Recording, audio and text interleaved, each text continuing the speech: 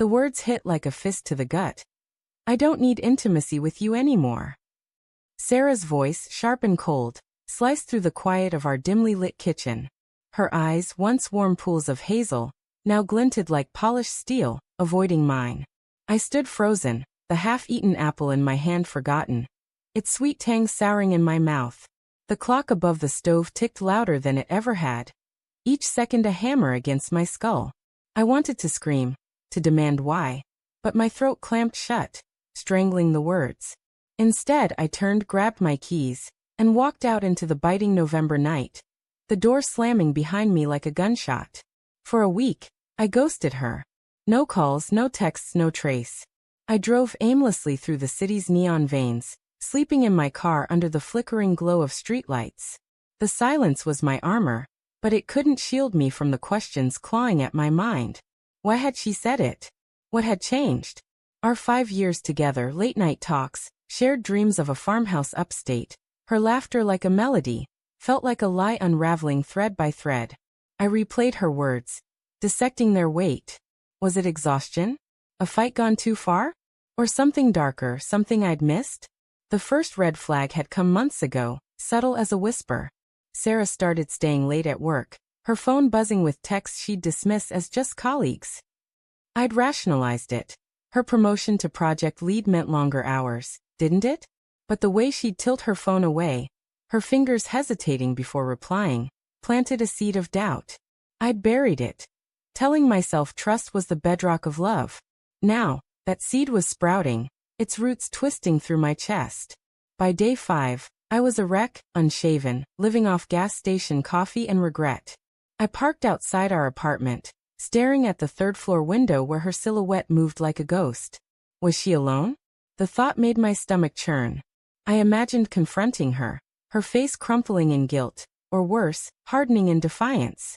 My hands shook as I gripped the steering wheel, torn between storming up the stairs and driving away forever. Love and rage wrestled in my chest, neither winning, both tearing me apart. On day 7, I couldn't take it anymore. I needed answers, even if they destroyed me.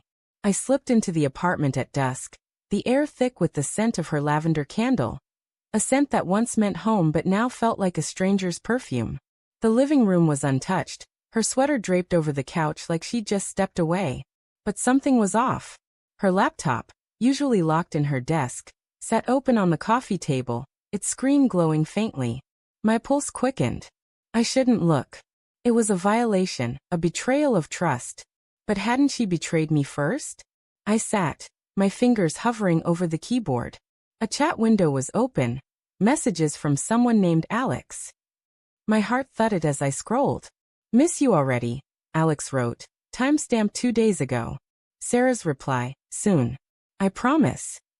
My vision blurred, the word swimming. Further up, a photo, Sarah's hand, her silver bracelet glinting, resting on a man's arm. I knew that bracelet. I'd given it to her on our 2nd anniversary. The room spun, the walls closing in. I wanted to smash the laptop, to erase the evidence, but I kept reading, each message a dagger. Plans to meet. Shared jokes.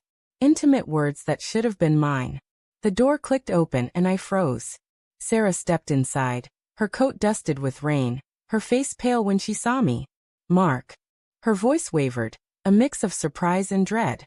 She glanced at the laptop, and her eyes widened, a flash of guilt confirming everything. Who's Alex? My voice was low, trembling with barely contained fury. She opened her mouth, then closed it, her hands twisting together. It's not what you think, she said finally, but the words were hollow, a script recited too late. Then what is it? I stood, my chair scraping the floor. You don't need me anymore, but you need him? My voice cracked, and I hated it, hated how small I sounded, how desperate. She flinched, her gaze dropping to the floor, and in that moment, I saw her not as my wife but as a stranger wearing her skin. It's complicated, she whispered, stepping closer. He's just a friend. Someone I met at work. We talk, that's all. Her eyes flicked up, pleading, but I saw the lie in the way her lips trembled, the way she couldn't hold my gaze. A friend. I laughed, a bitter, broken sound. Friends don't send messages like that. Friends don't make plans to sneak around. I gestured to the laptop, my hands shaking. You've been lying to me for months, haven't you? She didn't answer, but her silence was louder than any confession. Tears welled in her eyes, and part of me wanted to hold her, to pretend this was a nightmare I could wake from. But the truth was a blade, and it had already cut too deep. Why? I asked, my voice barely above a whisper. What did I do wrong? You didn't do anything, she said, her voice breaking. It's me. I felt trapped, like I was losing myself. Alex made me feel seen again. Her words were a punch, each one landing harder than the last. I wanted to hate her, to scream that she'd destroyed us, but all I felt was a hollow ache, like my heart had been carved out. Seen. I echoed, stepping back. I've spent years trying to see you, Sarah. Every late night, every fight, every time I held you when you cried. I was there. And it wasn't enough? My voice rose raw and jagged. You threw it all away for what? A fling. It's not a fling, she snapped, her own anger flaring. You don't get it, Mark. You're always so steady. Predictable. I needed more. Her words hung between us, sharp and irreversible. I stared at her, the woman I'd loved, and saw someone I didn't recognize. A woman who'd chosen to break me rather than talk to me. The room felt too small, the air too thick. I grabbed my jacket, my movements jerky, mechanical. I'm done, I said, my voice flat. You want more? Have it. But not with me. I walked out, her sobs following me down the stairs, each one a weight I couldn't carry. Outside, the rain was relentless, soaking through my clothes, but I didn't care. I stood on the sidewalk, staring at the apartment window, now dark. My phone buzzed, a text from Sarah. Please come back. We can fix this. I deleted it, my thumb trembling. There was no fixing this, no one seeing the truth. But as I turned away, a memory flashed. Her laugh on our first date, the way her eyes crinkled, full of promise.